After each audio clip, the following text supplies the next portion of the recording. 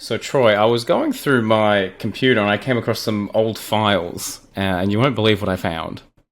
Is the FBI webcam man going to be concerned for you, Crispy? No, What kind of files are we talking about here? It's not that. You remember how I had some Taylor Swift parodies on my channel back in the day? Oh, no.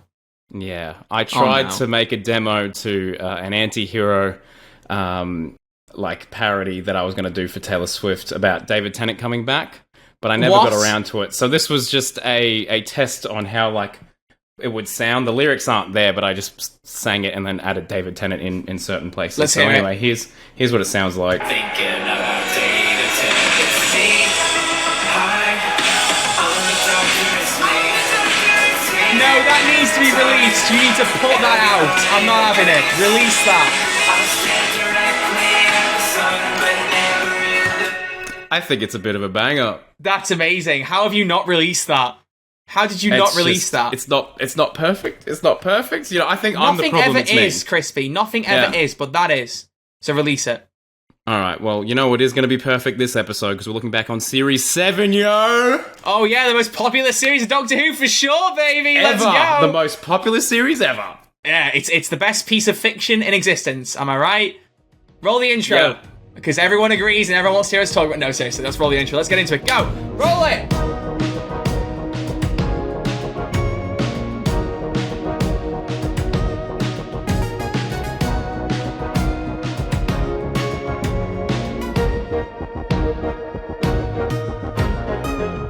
Hello and welcome back to Season 2 of Who's There, a Doctor Who podcast, the show where two YouTubers get together and talk about Doctor Who. I'm one of your hosts, Troy, also known as Red Archer Live, and with me today is the man who has added a very cool sound effects to Soundboard at my request and also at the request of a couple members of the community. Do you want to roll it for us? Of course. Here we go. Brace yourselves, everyone. It tastes like chicken. It's Crispy Pro, everyone. How are you doing, buddy? I'm very good. How are you, Troy? Oh, it's so good. You've added some more sound effects in, have you not? There is another one you've added in. Are we going to save it? Should we save the one that you shocked you with earlier? Yeah, I'll save it for the appropriate moment in the podcast. What about this? No. Oh, we're going into a new segment. All right. So today in news for Doctor Who, that was good. Yeah. You should have I know what you should do. You should have a bong, like a news bong for every new bit of news we look at. Dong, toilet roll. Because we're going to be talking about that in a minute. Didn't think I'd be saying that today. Are you getting a sound effect of a bong? Yeah, I'll get one out. You explain what we're doing today, Troy. Okay, well, ladies and gentlemen, today we are talking about Series 7 of Doctor Who in our usual Looking Back series, where we take a look at each specific series of the modern run of Doctor Who and look back on it, reflect. As a few people have been pointing out recently, we haven't looked at the specials so far. I don't think we're going to be doing that either after Series 7, but I think I want to shoot it with you. I reckon once we finish Flux, we look at each of the three groups of specials afterwards, maybe. The David Tennant ones, Matt Smith and Jodie specials, because we obviously aren't focusing on those. We need to do that at some point. So we will do that. But at the minute, we're just going on numbered series. And today we're looking at Matt Smith's final series. So we will only be talking about Series 7. We'll finish up with Name of the Doctor. We won't be talking about day or time. So that will come later. But we have got quite a bit of news to talk about as well in the meantime. So while Crispy's still getting the sound effect, what do you think of the Ant-Man 3 trailer, Crispy? Sound effect. It was good. Off topic immediately. It was good. I enjoyed it. That is one of my favourite Marvel trailers in a long time. I am so excited for that film. I'm going to be insufferable next month. They didn't reveal too much, which what I liked, but I think they showed Kang, which is what I was after. They showed Kang kicking Ant-Man's face in. What more did you want? I wanted Iron Man to rock up. I wanted Iron Man to be there. I wanted Bruce Wayne to rock up as well. I wanted just all of the multiverse confirmed in one trailer. At the start of Phase 5? Come on, bro. Yeah. I mean, if this wasn't a Doctor Who podcast, the poll right now would be, does everyone think Ant-Man's going to die? Any Marvel fans in the YouTube comments section, just let us know. Do you think Ant-Man's going to die in Ant-Man 3? Please. That's our first question, and it's not even Doctor Who themed. There's just a few people in my Discord who seem convinced he's going to die, and I'm like, I know what you're saying, but please don't say that. I don't want that. we don't want this. They're literally it's the start of a new dynasty. How do we start it off by killing off Paul Rudd? You don't kill Paul Rudd. But before we get into it, one thing we have to do that we definitely didn't forget about until after the recording, hence why Crispy's camera is not working right now. Hi, Crispy. Hi. Is the poll. We're still getting used to things. Okay, last week there wasn't a poll, so, allow it. But we asked you last week, do you think the 60th anniversary trailer was released too soon? Crispy, what do you think the audience response was on this? They would completely agree with me and say yes. Yes, it was. Well, they didn't agree with 100%. You at all. So, on Anchor, out of 32 votes, 75% said no, 25% said yes. And on YouTube, out of 363 votes, thank you very much. Vote more, everyone. Let's get all the votes we can. 73% said no, and 27% said yes. So about a quarter of the audience agrees with you. Pick a number between 1 and 11, Crispy, and we'll get one answer to justify it. 7. Number 7. You picked it perfect. 139,087 polls. Woohoo! The council say Troy is not tolerable. What? That's not about what? Joke also beat the Meep is normally referred to as the Meep in the comic. That's not justifying your answer in the polls. Come on, 139,000 polls it should be, rather than polls. Give me one more number, Crispy. 3. Number 3, Jamingo. I put yes because I accidentally misread the question. I thought the question was the 60th anniversary specials trailer good? But my actual opinion is no, I don't think it was too soon. I want an actual, justification, people. Artie Zone, I'm picking one out. Artie Zone said, I'm with Troy, it was a great Christmas present, and it's going to be a long wait, so I'm glad we have something to keep us going. However, if the gap between eras wasn't as long, Crispy makes a good argument. There you go. That's acknowledges us both. There we go. So let's continue with the episode now in definitely a way that won't feel disjointed because Crispy's camera will suddenly be back on. Enjoy! Is the sound effect ready, Crispy, yet? Oh, maybe. This is a great start to the episode. I just went to 3 separate websites and none of them had a download link. And I was like, for goodness sake, but what about this, Troy? I don't know if this will work. Here we go. This is our new news sound effect. That's what. There is a spillage in aisle 5. Yeah. Can we please? Can we have a cleaner to aisle 5? There is a giant slug in aisle 5. Aisle 5. And it is sucking people up, Crispy, because one of our first headlines. That's going to be our great segue. So last week there was a giant slug. This week there's a giant slug sucking people up. You got to be careful how we say that. I'm really going to be careful how I word that. In the podcast document, I worded it very differently. You can probably guess how. But the word off was in there. Anyway. Yeah. So, what's going on with the slug, Crispy? Why is there a slug sucking? I think that it's just another Russell T. Davies monster that's going to be weird and wacky and all kinds of strange. So, I don't know. I really don't know what to expect from this story. I don't think it'll look like how it looks like currently in the episode. They're going to add some CGI elements over it, definitely. Yeah. But just seeing it on its own is very funny. I'm getting vibes of Series 3, Daleks in Manhattan. Okay. You know, when Dalek sucks up, what's his name? Oh, I can't remember his name. The guy who becomes Dalek-Sec hybrid. I can't remember the actual guy's name. No, Mr. that's niche. Mr. Dagras. Wow. When he sucks up his head and he kind of goes over his head and then it kind of starts sucking down over him in CGI. Again, wording, you've got to be so careful here.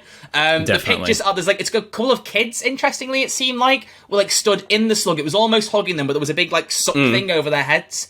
So I think in CGI it might also cover them and then it, I don't know, eats the kids. I don't know how Dark Russell's going with this, so nor do something's going on. Something's going on, but the slug is sucking people up. I just whacked my cable because I had to stop myself there from saying something else, because that would be really weird. Very good. Crispy, give us the bong. The bong. Okay, for the next piece of news. Yeah, we'll just keep using it. And then get a bong for next week. Or just keep it if people are going to want us to keep it. I couldn't do much. That's literally what it's called. Alright, all you have to do is go on YouTube, search bong sound effect, and then go to YouTube to MP3 and download it. Yeah, I was trying to be more efficient, which in turn ended up me being not efficient at all. Much less efficient. Yeah, it's fine. Yes. Alright, I tell you what, hit it again, and then you roll into the big news. You know, the big one that the Doctor Who account is self-confirmed. Go. Mm-hmm. So, the big piece of news that we have is that Gemma Redgrave is officially back as Kate Stewart. Clean up in aisle, Kate. Clean up in aisle, Kate. Yes, boy. That is the huge bit of news. And they also finally confirmed I don't know how to pronounce his name, Troy. You're going to have to help me here. I did it on purpose to make you read his name out. Yeah, you're going to have to help me here. I can't even find the original post. Come on, Nkusi. Come on. Oh, wow. That's a sore spot. Just try and pronounce it, Mr. Nkusi. I need to find the original post. This is how professional I am right now. You're not prepared. LOL XD. LOL XD. Ruffle. Okay, so his name is Anurin Bernard. I think that's about right. There you go. Well done. Thank you so much. And he will join the series as the mysterious Roger A.P. Gwilliam. Actually, and this is the first. I'm going to focus on him rather than Kate, because there's an interesting theory with Kate, and I don't know if you've seen it, so I want to shoot it your way in a minute. Okay, I want to shoot it your way in a minute. Shooty it my way. Aneurin Barnard playing Roger Ap Gwilliam. Ap is Welsh, and it apparently is Welsh for son of. Son of Gwilliam. Now, there was a certain couple in Torchwood by the names of Gwen Cooper and Rhys Williams.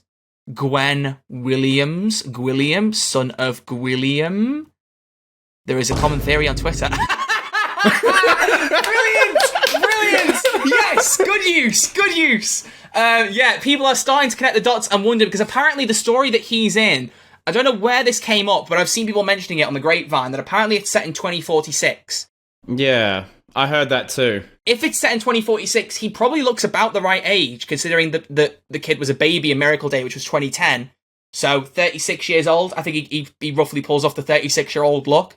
So he could be Gwen and Rhys's son. That would be a very interesting connection. I would never have thought of that. That's interesting. But I mean, I'm sure if Russell was trying to build the Doctor Who cinematic universe, that's one way to go about it. Have these really obscure family lineage.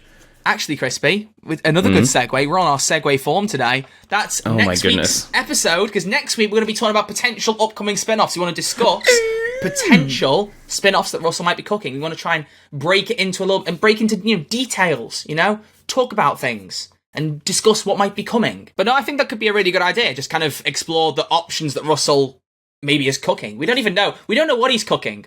What is he cooking, Crispy? Well, let him cook. I don't care. Just let him cook. That's all when he releases the spin-offs, someone cooked here. We got to stop with the Breaking Bad memes. I swear down. We got to stop with them. But that is going to be next week's episode. So in the comment section, here's your next one, and this one's actually Doctor Who themed, and the Spotify Q&A. What do you think? Either first off, what would you like to see for potential spin-offs? And second off, what do you think are the most likely potential spin-offs? Yes, please. Leave your thoughts in the comments. Thank you. We've both got our own opinions, but we're going to leave them be for the timing, I think, aren't we, Crispy? Yeah. Oh, Troy, can you hear that? What? We got some more news. Don't worry, me. This is going to end up being the actual news sound effect. I can see it coming, and I don't like it. So, staying on the topic of the next series of Doctor Who, just very briefly, a new set was found in Newport, in Wales. It was an overhauled storefront for a flower shop called Blooming Fresh. Could be completely unrelated. However, there was a flower shop, a florist, if you will, in the Sarah Jane Adventures called Bloomin' Lovely that was run by Geeta, Rani's mum. Could it be another callback? Could Russell be just doing the magical mystery tour and bringing back new characters and incorporating them in new ways? He could be. I don't know. Just let him cook, for goodness sake. Let him cook. Stop saying let him cook. Stop saying let him cook. I'm going to slam my hand on this desk and it will hurt my elbow. No, I'm literally 80 years old. I woke up with a sore elbow and I have put joint cream on my elbow. I'm 23 years of age and I'm going on 83. It's a problem. Troy. No, I always put this elbow on my desk. People who on the video, if you've seen me do that, I'm specifically not doing that because it's going to hurt my elbow. So I'm trying to just sit upright, and I'm suddenly realizing how hard that is for me to do. I'm just dead fidgety. Just sit upright. I'm so fidgety. Yeah, to just sit upright like this. I can't do this for an hour. So, Crispy, what do you think of the next piece of news? Please hit the ding-dong, bing-bong bell. Well, the next bit of news is a rumour right now that is currently circulating that Susan Foreman, is it Susan Foreman? Is that correct? Susan Foreman, actually. Oh, okay, will be returning in the 60th. That is a heavy rumour, and I'd believe it. We got the actor Ian Chesterton. Is that the name? I don't know. I'm butchering my classics. Chesterton, but that's not the actor. In The Power of the Doctor. Character. So I think we're long overdue for Susan. You just completely ignoring my correction there. Yeah, which is valid. I'm realizing I stuffed it up. But you did. So yeah, Susan might be in the 60th. There's nothing they're basing it on. Fitting, I don't think. Right? It seems fitting. I don't think Russell would miss that opportunity. Yeah, because obviously, Power of the Doctor did quite a lot of classic callbacks, and it doesn't mean that the 60th shouldn't, but it means it could also do it in its own ways. And Susan wasn't in the Power of the Doctor, maybe go for some characters that weren't in it as much and bring them to the forefront, like Paul McGann. Anyway, one more, Crispy, one more. Oh, sorry, my bad. There we go. Toilet roll in aisle 6. Toilet roll in aisle 6 because, according to the Mirror, or is it the Sun? I don't know. One of the newspapers. There is going to be some new merch coming very soon for 60th. They're going to be trying to get back into the merch forefront, and that's actually going to be another future episode soon, so stay tuned for that. Look out. But apparently, one of the potential merch items is Doctor Who themed toilet paper. Surely not, right, Crispy? Surely not. Stop. I'm going to stop that. I'm going to stop that now. That's the noise before you use the toilet paper. Yeah. What do you think? Surely not toilet paper, right? If we're being real right now, I know this bum. it should. Sorry. Do you know what? I've said it a couple of times, but I'm going to stand by it this time. That might be the best joke I've ever made on this podcast. Oh my goodness. Thank you. That actually, I think I've peaked. 42 episodes in, I think I've actually peaked. That was that. Oh man, that was good. I kind of want to leave it there and just move on. Yeah, look that. We're moving on. Let's not. Go on. You were going to say something. Go on. Oh no, I was just going to say if they're going to do that, it would have to be like the TARDIS. I don't want anyone's like face or anything. You know, I feel like that'd be really disrespectful. It was disrespectful if it's just the TARDIS. Maybe just. Well, they could put Orphan 55 on it. TARDIS blue. That's the only thing I'd accept. If it's TARDIS blue, that's the only thing. Thank you. What did you say? Yeah, I knew you didn't hear me. I said they could put Orphan 55 on it. Or in the forest of the. Exactly. Yeah, stop. You're gonna use that Vine boost so much. I swear down. But no, I think that I think like obviously increased merch is definitely going to be a big thing. I mean, people keep saying, you know, look at the way the merch was when the David Tennant era was around. Even when Matt Smith took over, it kind of dropped off a little bit, not massively, but it did drop off. Like the Series 2, Series 3 era of Doctor Who, the merch was just ridiculous. It was everywhere. You couldn't escape it. Doctor Who Froobs, Crispy? What's a froob? You know what a froob is? No. Should I? Leave a comment if you know what a froob is. I'm just going to leave it there. Well, what do you think? Right. I tell you what, I'm going to make you guess. What do you think a froob is? A little action figure. No, it's a yogurt pouch. It's like a yogurt pouch. It's like a pepperami shaped. It's a yogurt pouch, and they've released Doctor Who themed froobs. What flavour? Strawberry, I think. But I think there were different flavours. I'm not too sure. Delicious. Cyber strawberry. I don't know. Dalek dragon fruit. I'm making up as I go along. Let's move on. Wow. So I think while there could be more merch, I don't know if Lou Roll's the right thing. Although I really do kind of want Lou Roll now that says I know this bomb. I think that'd be really That's funny. Amazing. That's so funny. Maybe we'll make that the Who's There merch. That's what we can do. I should be on the John Bishop show. I should be doing stand-up on the John Bishop show. You should. Oh, I should be. Yeah. I was just looking for the peer ad. Sorry, I mentioned John Bishop, so I had to say it. That needs to be another soundboard. I was about to say. Yep. I'll find that. We'll get there. We need to have a list. We need to have a list of like different sound effects you need to add in that you've all got ready. How many buttons can you have on screen at once? Like 30? I can have endless. Boom. I can have so many on the screen right now. Okay, so have you got like any kind of fanfare to get into the main topic of today's video? No, not a fanfare, but a neat transition sound effect. Oh, go on. Here we go. Ooh, dramatic. So crispy. Yeah. What do you think of Doctor Who Series 7? What about it? What do you want to know? Thank you everyone for listening to Who's There, a Doctor Who podcast. We have to stop making that joke. So how do you want to do this? Do you want to look at Series 7 as a whole, or hot take, do you want to try and split it into the two parts that it was released in? Because unlike Series 6, there is like some very serious like thematic differences between Part 1 and 2 of Series 7, so it might warrant the split more there. I think we should split it up. I think they're two very, very different parts of a series. We got two different companions, for goodness sake.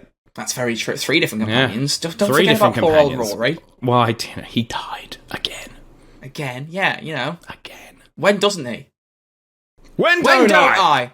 Exactly. So, Series 7, Part 1, Crispy. Yeah. What do you think of it? 5 episodes. We have Asylum of the Daleks, Dinosaurs on a Spaceship, A Town Called Mercy, The Power of 3, and The Angels Take Manhattan. What do you think of these episodes? Talk me through. Let me just remind you that this was the second series that I watched simulcast with the world. Very true. Yes, it was. And my excitement for this series, oh my goodness, I don't think I've watched a trailer more than I have the Series 7 Part 1 trailer in my life. I could probably, like, if I hear the opening little bit of music in that, I could narrate the entire thing. I love that trailer so much. It was my favorite.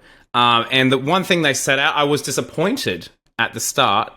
What are you saying? I was saying I don't remember the trailer. I don't remember. You don't remember all. Well, it impacted me like ridiculously. Anyway, it's the one at the end where he's like carrying Amy out. He's like, "Who killed all the Daleks? Who do you think?" It's the Doctor. It's the Doctor. He did it.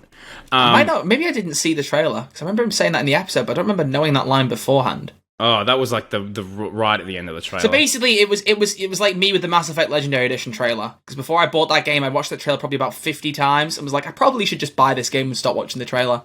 Yeah, that was the obsession that I had with Or this this series. morning we did Ant-Man 3 because I've already watched the trailer about 10 times. Like before I did my first lesson this morning, I watched it in more than like any other like. I just kept watching it. I don't know why. I was enamored by it. Wow. Yeah. Damn. I like Jonathan Majors as Kang, bro. He's going to be good.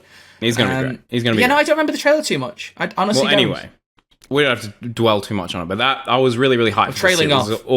Nice. It's all I'm trying to say is that I was very, very hyped for this series. One thing they set out from the get-go was that it's going to be the most cinematic ever. Each week's going to be a blockbuster. Yeah, it looked like they poured a bunch of money into it. Can I just say it looked like they did a lot. And I remember being at school and I was initially disappointed when I read that, it's going to be split up. We're only getting 5 episodes of Doctor Who this series and a Christmas special. And I was like, what? Me being like, treated the past 2 years to a whole series. Like, what? This is ridiculous. Little did I know the horrors to come. But that's okay. But anyway, Asylum of the Daleks. Loved it.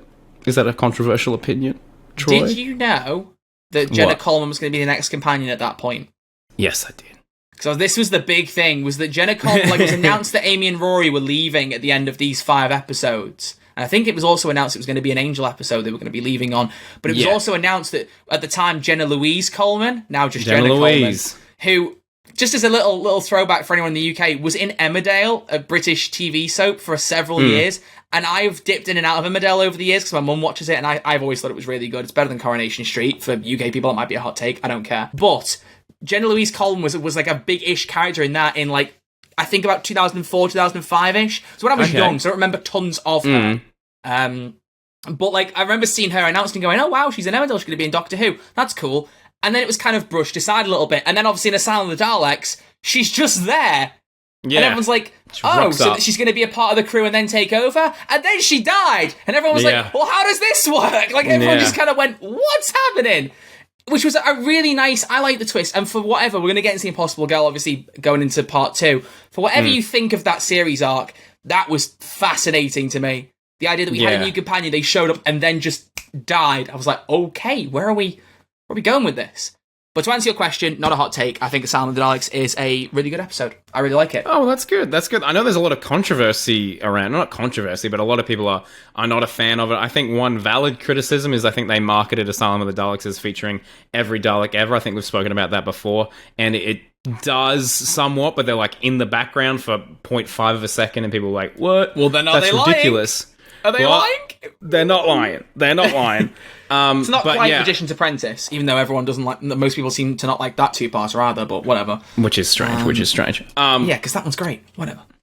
But the Jenna Louise Coleman twist was huge. Was absolutely huge, and the same thought process went in my head. I was like, oh my god, she's gonna join early, and then bam, she's dead, and then she has that look to camera. I'm like, there is more to this more to this character. Absolutely. So much more. But yeah. So I really enjoyed that one. Dinosaurs on a Spaceship. What do you think about that one, Troy? Easily the weakest of the 5. Disagree. In my opinion. Really? You think Power of 3 is the weakest, don't you? Correct. No, that's incorrect. I think a fall at the end does not ruin the rest of the episode, in my opinion. Right, it weakens it, but it doesn't ruin it. My only argument for that. We'll get that. No, Dinosaurs on a Spaceship has an interesting cast of characters. I don't remember all of them. I know Queen Nefertiti, because my mum loves Egyptian stuff, and I remember being like, there's an Egyptian person in this. I was like, yeah, that's really cool. And I like the characters. But it does have like, I love the introduction of Brian. I think he's a great little... Chris Chibnall, Great little he's character. like middle-aged to older white grandpa men characters. Brian, Graham, Dan. He has like a wheelhouse, doesn't he? He really has a wheelhouse there. That's a big finish audio waiting to happen. Brian, Graham, and Dan. That'd be great. Oh my god. Yeah, well, didn't Brian have a sandwich at the edge of the TARDIS? Graham would love that. Cheese and pickle sarnie. Oh, you see, that's the type of The three of them we want. could all eat cheese and pickle sarnies at the Pier Ed. Oh no! Open up a sandwich shop at the Pier Ed. That's what Big you're finish. doing. Hit us up. Anyway, Thank you. I like the introduction of Brian. Oh, actually, sorry. I did want to say something about Silent Dykes. I completely forgot. It's just come back to me. Sorry. I know people criticised splitting up Amy and Rory and then bringing them back together. It did feel like creating drama for the sake of drama, but I did like the payoff of it. I liked the argument of Rory being like, I've always loved you more than you've loved me, and also the effect of them not being able to have kids because the demons run. I thought, like, the ends kind of justified the means, which is a lot considering them just suddenly being a split-up couple was a bit... I know there's the Pond Life, like, omnibus thing that came out before, but that was only there to try and justify the divorce a bit more. It wasn't part of, like, the main story. It wasn't in the Doctor, the Widow, and the Wardrobe. Not that we want to talk about that episode again. But at least I don't. You don't waste Bill Bailey. Moving on. You don't waste Bill Bailey. With Dinosaurs in the Spaceship, it has one moment that I really don't like in Doctor. There's only a few that I don't like. The fact that he just leaves Solomon, David Bradley, old man, to die. Yeah. And it's not even like, I'm gonna save him, then something goes wrong. He literally goes, enjoy dying, bye loser, peace out, sucker, and goes. It felt a tiny bit uncharacteristic, but then again, David Tennant did drown a bunch of Arachnos children, so, like, is it that out? I feel like it's just a rare character beat, but it just felt like a weird one for him. They do bring it back in Name of the Doctor, where the Great Intelligence is like, oh, he goes, tell that to yada yada yada yada, and Solomon the Trader, who was the guy in Dinosaurs on a Spaceship who he killed. I've forgotten that. Yeah. Oh, wow. Stephen Moffat throwing shade at Chris Chibnall? Question mark.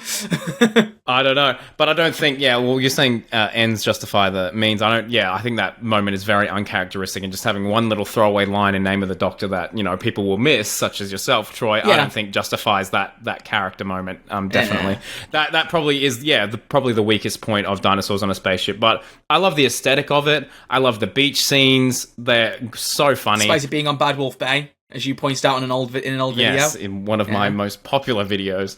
But yeah, I've always got a soft spot for Dinosaurs on a Spaceship. I think that is probably the most popcorny episode of Doctor Who. It's not very serious. It's not going to impact you. It's called Dinosaurs on a Spaceship. Popcorny. Most popcorny. If I need to, I'd say not corny, think, maybe. Yeah, Mitchell and Webb being robots. I kind of get that. That's a bit corny. I loved that, but I'm a sucker for David Mitchell. But they were funny, but I'm not sure how much I loved them. But then again, I didn't grow up watching Peep Show, and there's a lot of people who did. So like, I should watch it. But I grew up watching like Would I Lie to You and stuff. So I did like that. Like they brought in the factor of like DNA. Two people with the same DNA need to be able to fix this, or same gene pool, and so Rory and Brian both had to like hit the buttons, and like they incorporated him. I like that idea. That's nice. There's a few elements of the episode I like. I just think it's the weakest one out of the 5. Personally. Oh, that's fair. That's valid. It's either one of the 2 Chibnall episodes, unfortunately. Sorry, Chib. Love you, rip. So Power of 3, Crispy. Power of 3. Sorry. Power of 3. What about it? Town Called Mercy. Town Called Mercy. I said Town Called Mercy. What are you on about? Town Called Mercy's the 3rd one. Do you know what always confused me? And I was going to make a joke about it, is that the Power of 3 is not the 3rd episode, and I was about to make that joke, and then just forgot the joke, and then just said Power of 3 was 3rd. But no. Anyway, so Town Called Mercy, what do you think? I think it's cool. It's very much got its own visual flair. I don't know where they filmed. They filmed this in the States somewhere. I think they filmed Don't worry, I'll search it because I've got the loud keyboard. Oh, nice. Well, I think most of the scenes in Asylum of the Daleks outdoors and the Town Called Mercy were all filmed together. Those 2 bits were filmed together. Spain. Ooh. Much of the episode was filmed in March 2012 in the desert area of Almeria in Spain, in mini Hollywood and Fort Bravo, locations used for many Western set films. Yeah, well, I mean, it's got that perfect Western aesthetic, and they definitely, went to the location to get that. And I think it looks stunning. I think the Doctor in a Stetson's never a bad thing. Did you find a fun fact? And while we're here, just a fun fact. Actually, just take a guess. How many million people watched the episode? Do you think that episode? It's on my screen, so I just thought I'd read it out. 7.6 million. 8.42 million. Oh, wow. Matt was still bringing in the numbers even in his last series, you know? He was still bringing in them numbers. Absolutely. So that was pretty good. I like the music. There's a piece of music in particular that plays, and I can't remember. There's like kind of like a bit of a thematic theme to A Town Called Mercy. It's kind of like a woman singing that I really like a lot of ooze. There's one bit I really like. You know the Rose. I think it's Rose's thing. Yeah. They do that, Similar but to like that. Western and upbeat with like a whistle. That go doo, doo, doo, doo. It's like really quick. I was like, oh, that's a cool little motif, Murray, you cheeky boy. Oh yeah, I remember. Yeah, I remember. Yeah. That. So I don't know. I think that episode is quite cool. I like the gunslinger. Is that his name? The gunslinger. Yeah, Carla Tech. Hex. Jex. No, Carla that's the Tech. guy. Carla Jex.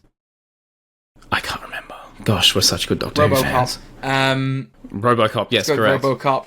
I really like the characters. Yeah, I like the idea of the Western town. I love a lot of little bits of humour. Him walking down has someone been peeking at my Christmas list? And he puts like the thing in his mouth. What do you call it? The pick. A toothpick? Toothpick in his mouth as well. After he's like, someone been peeking at my Christmas list, and he's like walking in, like he starts chewing it, then it gets stuck in his mouth. Yeah, stuck in his teeth. Yeah. Oh, it's so good. But the strong stuff. Leave the bag in. He's such like a comedic actor, Matt Smith. I love Matt Smith. If he wants to be. Smith. But Power of 3 then, Crispy? Power of 3. This one I was all for, and the ending just really disappointed me, definitely. And that was my argument as to why I think it's the weakest, because I love this episode right from the get-go. It introduces, at one of the best returning characters in Doctor Who, it seems, Kate Stewart. And very topical right now. I know. What? I didn't mention the theory. What theory? The theory I said I was going to tell you about, I didn't mention it. People are probably thinking, what was Troy's theory? Well, it wasn't my theory. I read it on Twitter. Are you ready for this? All right, I'm ready. We're gonna career off, because this is actually very important, and it might be. Honestly, I almost feel like this crosses in the line of spoilers if this is right, because this seems like a very accurate theory. Troy, I'm nervous. You ready for this? No. So, this was a description from @SetDW on Twitter describing what was happening. There was a scene between Kate Stewart and Ruby Sunday, Millie Gibson, and here's the scene. Kate and Ruby are talking outside. Kate shows Millie an iPad. Switches between Ruby and Millie in the descriptions. Kate and Ruby are talking outside. Kate shows Ruby an iPad. Kate then leans aside on the earpiece, looks quite shocked, looks at something in the sky on the street, and then at the end of the call quickly leaves the scene. Ruby is visually frustrated and upset as Kate leaves. There is an interesting theory right now, because during Dark Water, when Kate Stewart introduced herself, she mentioned that she was a divorcee, she was an outstanding bridge player, she was also a mother of 2. Stop. What if Ruby Sunday is actually Kate Stewart's daughter? Because Ruby Sunday, we have said, is a very Russell T Davies name. It could be a bit of a pseudonym. Ruby Sunday could well be Kate Stewart's daughter, and she might be getting miffed because Kate doesn't have the time for it because she's too busy with UNIT. And they were having a chat about that, and then she has to storm off to do something to do with UNIT. And that's why she's visually frustrated. Troy.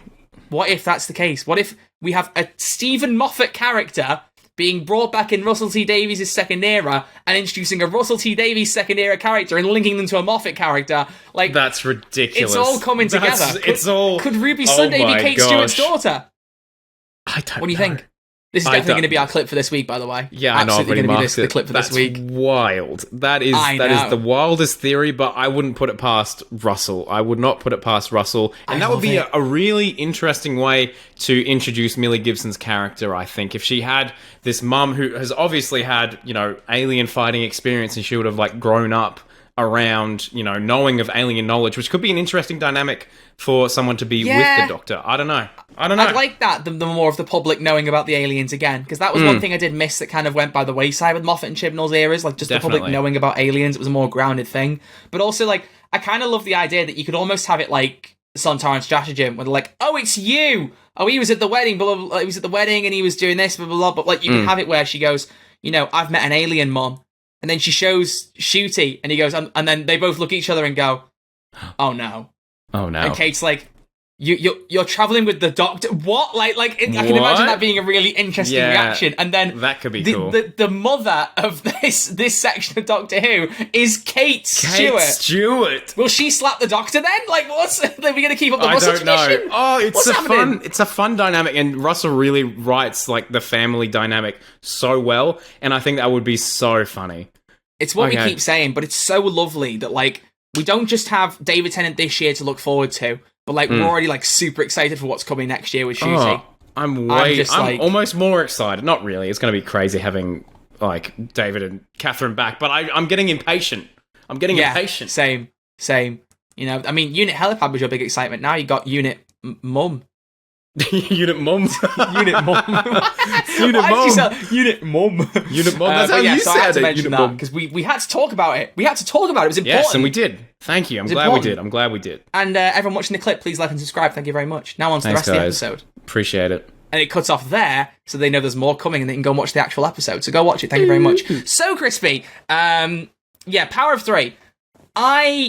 I think that, the episode's a really strong setup. It introduces Kate Stewart. I love the idea of the invasion of very small cubes, them all doing different things. I love that the Doctor gets to spend a year with them, and it also is like a really big prelude to what is then literally the next episode of them leaving. But, you know, they're starting to feel like there's a bit of a gap between their modern life and their life with the Doctor. You know, we dump them off and he's still coming back for them occasionally. And it also is one of my favourite scenes between the Doctor and Amy, where they're sat on that little bridge out. I think it's similar to where the Doctor and Bill filmed that bit about, you know, gender and all that. It looks like a similar setting. It might not be, but it looked like a similar scene. Anyway, the fact that they're having a conversation, he's like, and he says, "You're the first face this face saw," which I didn't pick up on. That was a line, obviously, that he called back to in Time of the Doctor when he was regenerating. Didn't realise it the first time round.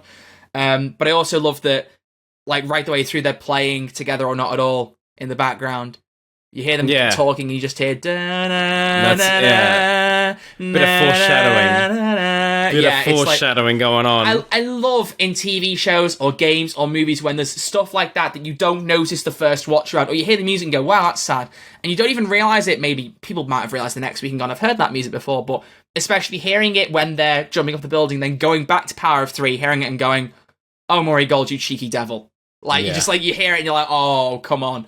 So, like, that scene's brilliant. I'm running to you before you flare and fade away forever. Like, it's just good stuff. A sad, on your chivers. Sad scene, but a beautiful scene. I think the whole thing of the Shakri, that, like, they're meant to be this big, fearful thing to Time Lords, that wasn't set up very well. It wasn't followed up on very well. And there's also this thing about the Tally is coming. The Tally is going to kill everybody or something, but then it was never revisited in Chibnall's run. He says it was Tally and never touched on it, which I do think was a bit of a waste. Would have been nice to see him finish off on his own point. Yeah. You know? No, it's just a missed opportunity, and I think that, like, I like the idea of the villain. I very much like the idea of the villain, but, you know, the episode's focus, like, probably to its benefit, was on Amy, Rory, and, you know, the Doctor and the potential of them leaving. That's the whole premise of the episode. So the villain, unfortunately, got sidelined, and that was definitely the weakest part, because they had to wrap up that story, and it was literally done with a sonic screwdriver, and I feel like that's the one rule that writers should abide by. Don't wrap up the story with just and we're fixed. Yep. We're done. I could just do this and we're done. A little magic wand, and then we're happy as, like, I would have, like, even at minimum, if they sonicked it on, you know, like, the Doctor had to go outside and get one of those, you know, defibrillators or whatever, and, like, link it up to the TARDIS and do a massive, like, get just a little bit more effort than done. Yeah. Like, because I love that defibrillator scene as well, where they're, like, jump starting his heart. That's great. He jumps up and goes, "Welcome back, Lefty!"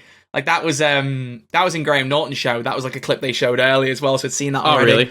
But I honestly, I think the purpose of that story is more to set up the departure of Amy and Rory and explore that side of it. And because I think they nailed that so well, it doesn't bother me that the ending has, like, a weak finale. That's why I don't disapprove of it as much. Like, I just think it's a very strong episode because of the character beats rather than the actual villain plot. Don't get me wrong, it should have been much better, the ending and the setup of all that. It seems to me like it should have been more of a two-parter kind of thing. I don't know how you'd stretch that into 2 parts. It just feels like it should have had something, you know? Yeah. Like, there's a setup, and the setup should have been followed up on. I mean, there's one thing people are talking about, again, now a common theory, in Before the Flood, the Series 9 episode, there's a conversation between the Doctor and one of the people from the base, and they say, you know, the Minister of War, and he goes, "Who?" And he's like, "Oh, wait, yeah, don't tell me. I'll find out soon enough." People think that maybe Roger Ap-Gwilliam could be the Minister of War. Yeah, that's what a lot of people are thinking as well, but who knows? Like, things get set up and then don't get paid off on, and the Tally, definitely now that we've had an era from the guy who wrote the existence of the Tally, and it wasn't followed up on, it's like, well it's just a thing we let slide. We'll never see it. We'll never see it. I feel like we're spending too much time on Series 7 Part 1 at the minute, I've got to be honest with you. We gotta keep going. Final episode, The Angels Take Manhattan. Best Sweeping Angel episode, in my opinion. Maybe not. I don't know. I prefer it. I prefer it to Blink and Time of the Angels in a lot of ways. Definitely prefer it to Time of Angels. Yeah, I'll agree with you on that. I don't think anything can beat Blink.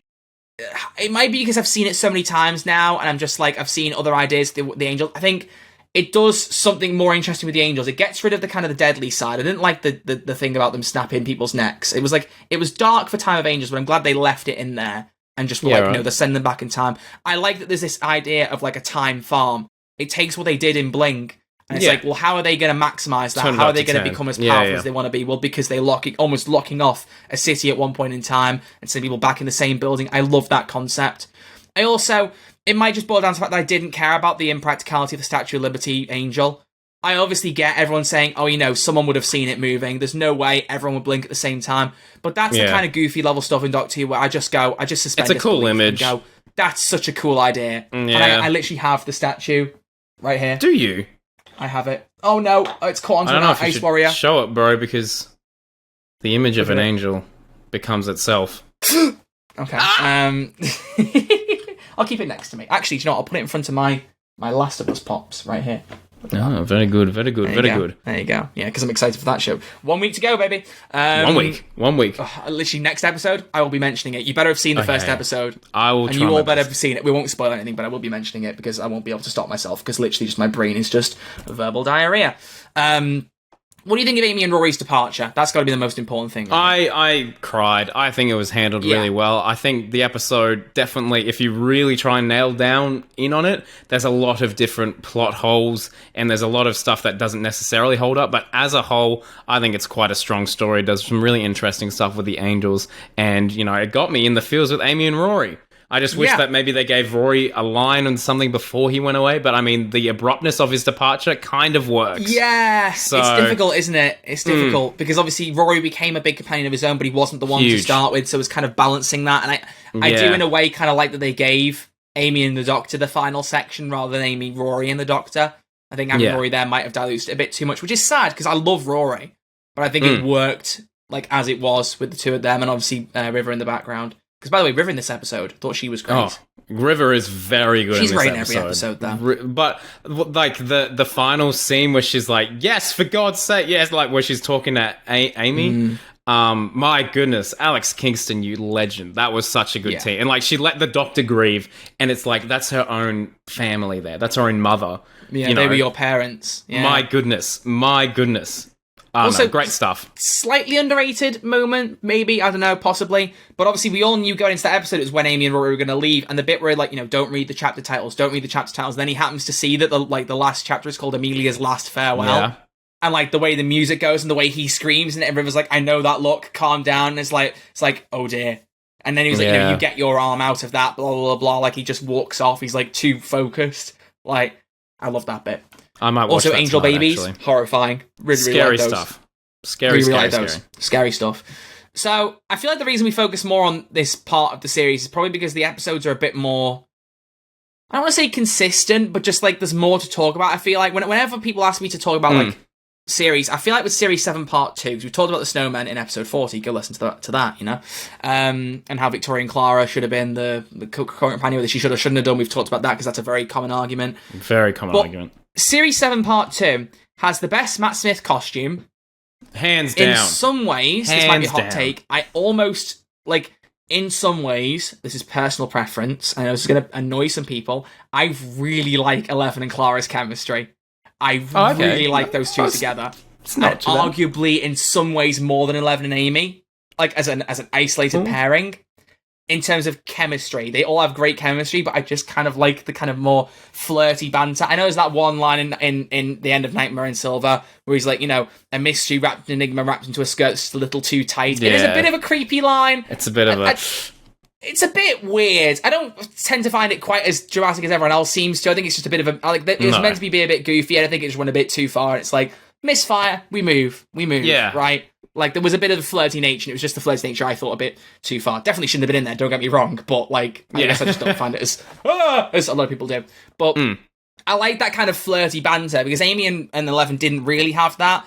There was the weird basically like assault scene that we don't talk about that much these days. Even Moffat's like, but like actual flirty chemistry, there wasn't too much there beyond initial reaction. Whereas I liked that Clara and Eleven had that, and that was also a thing that played into Series 8, that the flirty thing was gone, and he was an old man. Yeah. I liked that was a big element of their relationship. They addressed it was that, interesting. which was nice. Yeah. No, So, definitely. I like their chemistry. I love his costume. I love his new TARDIS. Oh, Which it was basically goodness. Capaldi's, but green. But still. I know. Still look great. Let's go through, because I'm able to pride myself on knowing the order of every episode in every series. I don't know if I can name all the episodes in order. I think I can name them. Can I try? Do you want to Can I try? Yeah, please. Go on then. Go on. Let me get the list up. I don't know why I keep burping. There's something wrong with me. Okay, yeah, I think I got it. Right, go for it. The Bells of St. John, Rings of Akaten, Cold War, Hyde, Journey to the Center of the TARDIS, Crimson Horror, Nightmare and Silver, The Name of the Doctor. Perfect. I don't think I'd have quite got that right. I think I would have got maybe Hyde and Cold War the wrong way round, and I'd forgotten the Crimson Horror. Which is not testament to me not liking it, because it actually has the least views of all the episodes in this series. Yeah, only by a tiny amount. Yeah, because Journey to Center of TARDIS had 6.5 million, but Crimson Horror had 6.47. How many did The Name of the Doctor, can I ask? Even though we're 7.45. Oh, interesting. So it went back very interesting. Bit, but, yeah, nice. But no, so how are we going to break this down? We've only got 10 minutes? Roughly 10 minutes to talk this through. Speed through it. We're going to speed through it. Bells of St. John, underrated. One of my favourite episodes of Series 7B. I love Killer Wi-Fi. It's a goofy thing. Killer Wi-Fi, but it's a cool concept, and Moffat kind of... I like the way you played it. I think Jenna Coleman definitely knows how to connect Wi-Fi. I'm surprised that Clara doesn't. But whatever, I think it's a fun story. But I think a common problem with Series 7 I have is how quickly they wrap up things. I enjoyed the ending of the Bells of St. John. I think it was definitely more thought out than Power of 3, but it's over in 2 minutes. You're like, oh, okay, there we go, we're good. Yeah, who was the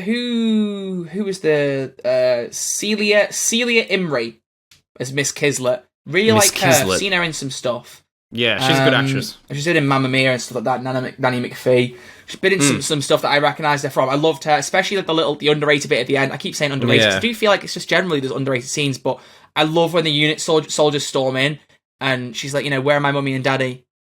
That was a really sad thing that the Great Intelligence took over as a kid. I was said they wouldn't be long. Yeah, that's so sad. I remember seeing that being so depressing. What? I remember doing the rewatch with my housemate Gabby, and she was like, oh, she realized oh my gosh, it's been taken from such a young age. She was like, it was a dark scene. It's a very dark scene. Yeah. What do you think? Let's ask you this question. Okay, what do you think's the best episode of Series 7B? Oh, no one's ever asked me that. That's a really good question. Wow. That almost sounded sarcastic, but I do think you're being serious. No, I'm being serious. That's taking me by surprise now. I think Name of the Doctor probably for me. I don't know. Do you not think that's one of the weaker finales? No, not at all. Okay, good. Because I was going to say, it would say a lot if you were the best episode of this series is what I deem is one of the weaker finales. That would be really awkward. No. To be that doesn't say a lot for the other episodes then. I love Rings of Akaten. But a lot of that is for that speech at the end, in fairness. Yeah. I do also like the bit of, did you just lock us in? Yep, with the giant monster. Yep, straightens the bow tie and all that. I love that scene. There's a good bit of chemistry and stuff there, and so good, and just the vibes between them. Like I said, I love their chemistry. Matt and Jenna, I think, as an underrated pairing in Doctor Who. We should have had more time with them, but yeah, we should have had more time with them. I love her with Peter Capaldi. Do not get me wrong; those two together, that's S tier for sure. But I almost feel like if it had had more of Matt and Clara, I would have ranked them at a very similar level. Because I really like their chemistry. I think if they developed it more, it was just a case of, we didn't get that much time with them, and we got so much time with Peter and Jenna that it just blossomed into what it was.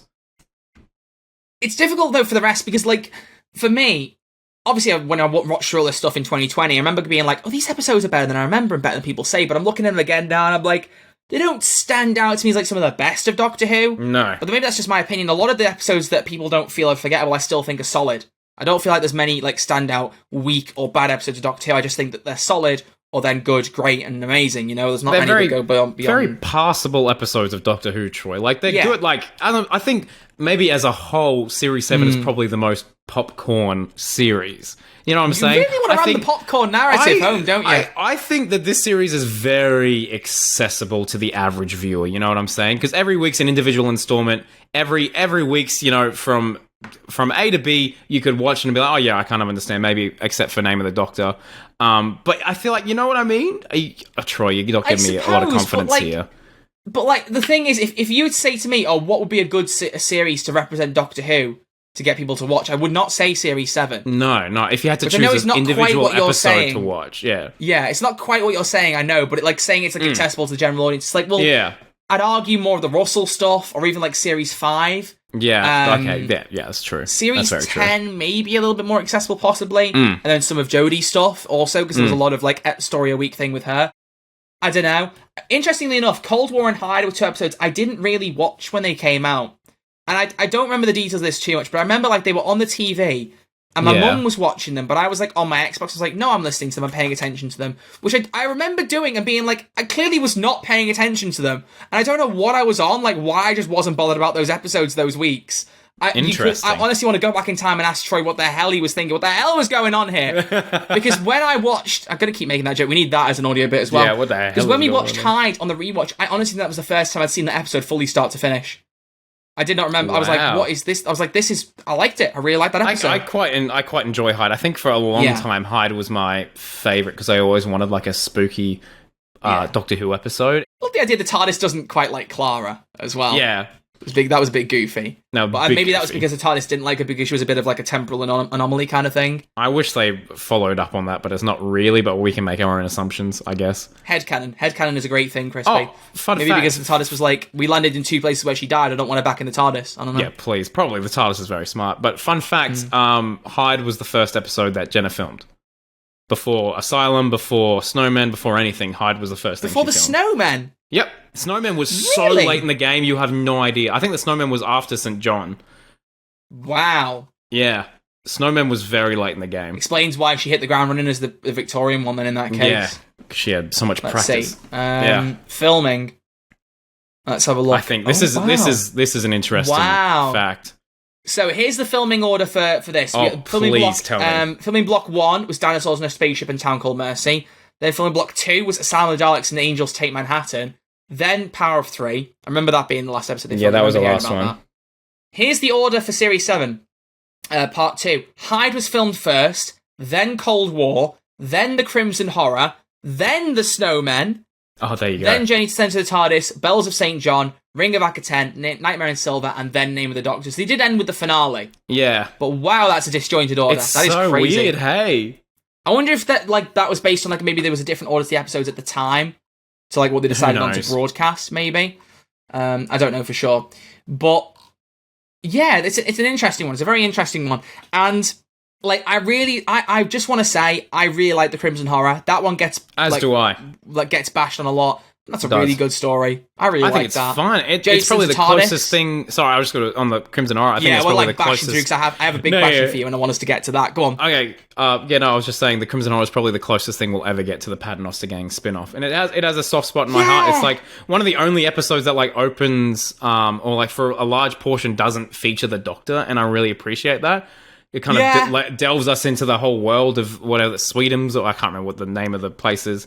Sweetville. Oh, Sweetville. Anyway. Did you say Sweden? Sweetums is from Parks and Rec. Sorry, I'm getting my shows mixed up. I thought you meant literally like the country. I honestly thought you said Sweden. I was like, no, they're in Victorian. They're in Yorkshire. They're in Yorkshire. Yeah. They're in Yorkshire. No, they're in Yorkshire. But I just wanted to give a credit also to Journey to the Centre of the TARDIS because I love.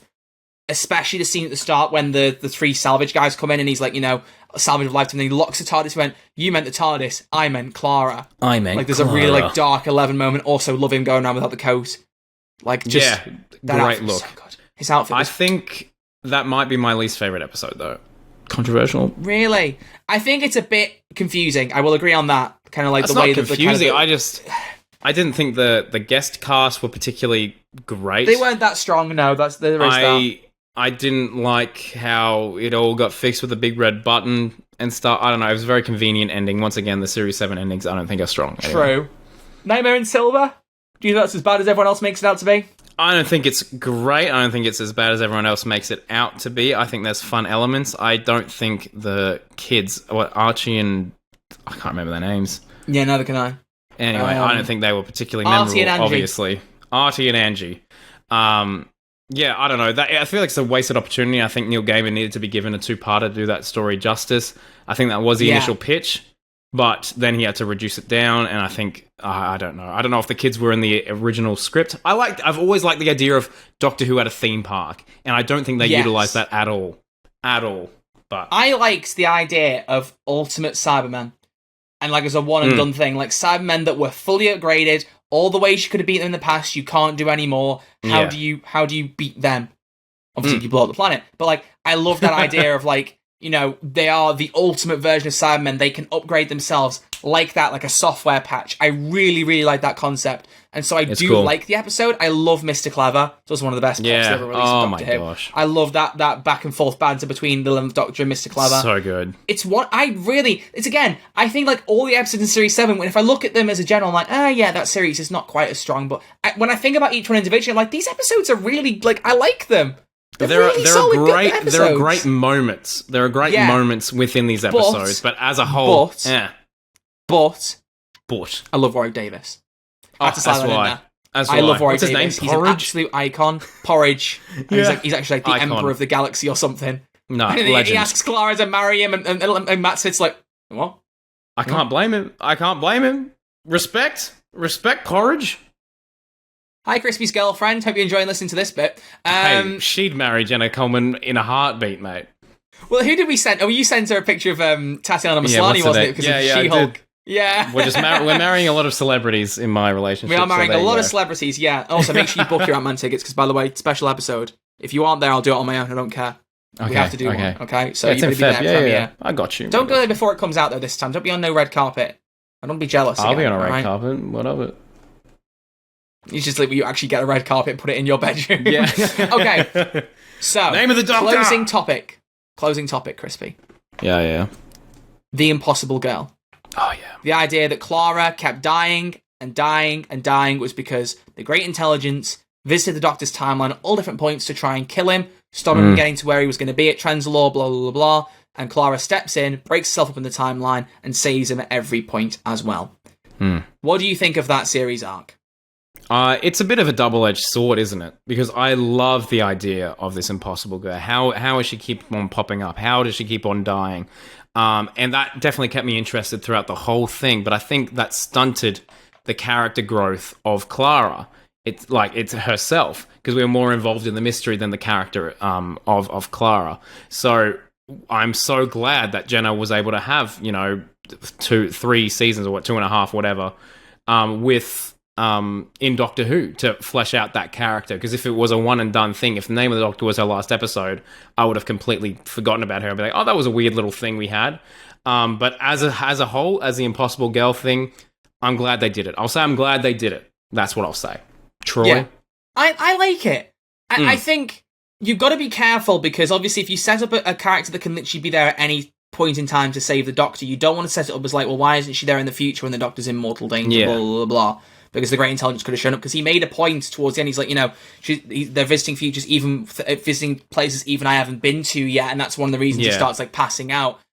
I like that as an idea for like weakening him, but then it also backdoors, well, if they're going to places he hasn't been, she should be showing up, in the future, and the Great Intelligence should be there, and she should be saving it. I don't like that it sets that up, because I want it to kind of touch Matt Smith and before that, but then leave the rest open. And there's like a distinct cut-off, and I'm a little bit icky about that. But as a general idea, I think it was an interesting payoff, and I don't think it was a bad one. I think, the idea that she saw him a couple of times, she died a couple of times, I think it was paid off well, this Impossible Girl concept.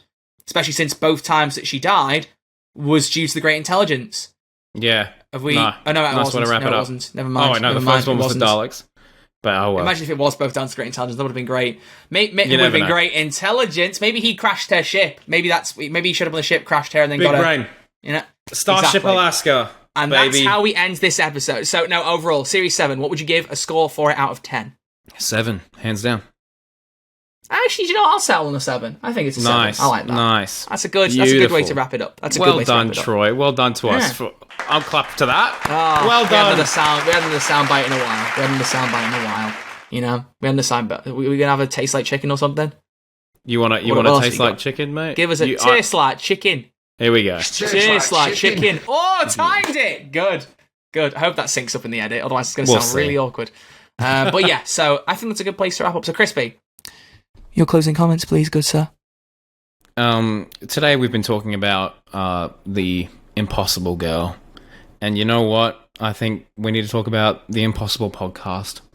Who's There, a Doctor Who podcast? Because it didn't seem possible. Troy tried to get me on this podcast a bunch of times, but now it's possible, and I'm grateful for that.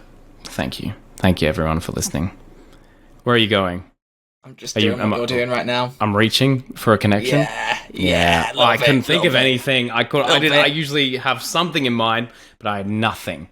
Nothing. To be fair, you can't top I Know This Bum. You can't top that. That's probably the funniest thing. That feels like I said that 3 days ago now. That is crazy. I know. It feels like a lifetime ago, but I'm excited to hear it back, Troy. Anyway, let's get out of here, hey? Yeah, great. Let's get out of here. Let's get out of here, Crispy. Ladies and gentlemen, I thought you were going to hit a sound effect then, honestly, when you said that. I was like, I thought you were going to hit like a TARDIS or something. Let's get out of here. That would have been so funny. Good. Thank you all very much for listening. Stop looking it up. Thank you very much for listening to episode 42 of Who's There. He's getting a sound effect. I'll try and drag this out, everyone. Let's see if we can do it quicker this time. Thank you very much for listening to episode 42 of Who's There, a Doctor Who podcast. As always, make sure you rate 5 stars on Apple, Spotify, all the podcast platforms. Follow on those platforms, like and subscribe on YouTube, and leave a comment down below on some of the things we've talked about. We suggested as well recently to one of our big commenters, Sarah Gulliver, I think this is a good thing for everyone. If you guys like leaving comments as we go through an episode, it's pointless saying this now at the end of an episode, but we'll say it for the future. Like, if you're going to be leaving a bunch of comments to the podcast, do it as a reply chain. Leave a comment and then reply to your comment with every new bit you add. Because I think it'd be fun to read through, like, everyone's comments on going through the podcast episode. Which, speaking of, Crispy, should we read a couple of audience comments? Because I think we forgot about that. Sure. Why not? You get one up right now, and I'll be with you in a second. Hello, Sailor. Anyway, alright, I'll get one up. So, here's a couple of audience comments regarding Series 7 from Anchor, as I asked. So, the poll... the poll was about 60th. We need to get back into floats, because last week we didn't look at the poll. Last week we didn't do the poll. I'll tell you what, we're going to record it after this and I'll slide it in, and you will not even notice. It'll be seamless. Ooh, cheeky. It probably will be really obvious. Whatever. I haven't put this in now, so it will be obvious. Anyway, on YouTube, let's look at some of the comments. Let's just pick out, say, 2.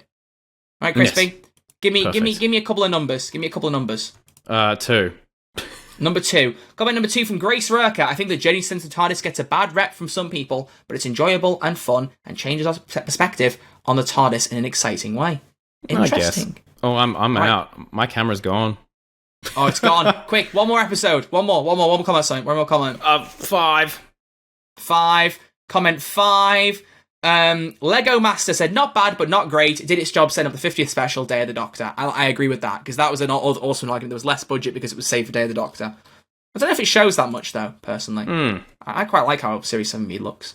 But yeah. So there we go. We will see you all next week in episode 43 of Who's There, Doctor Who podcast, where we look at future potential spin-offs. Until then, it's goodbye from me, goodbye, and it's goodbye from Crispy. Bye. Thank you all for listening. His camera's died, so we'll see you all next week. Bye-bye, everyone. Oh, TARDIS noise. Brilliant. I don't know how it's going to work with the outro theme, but we move. You know, it'll work one way or another. So thank you all for listening, and we'll see you all soon. Alonzi! Alonzi, baby!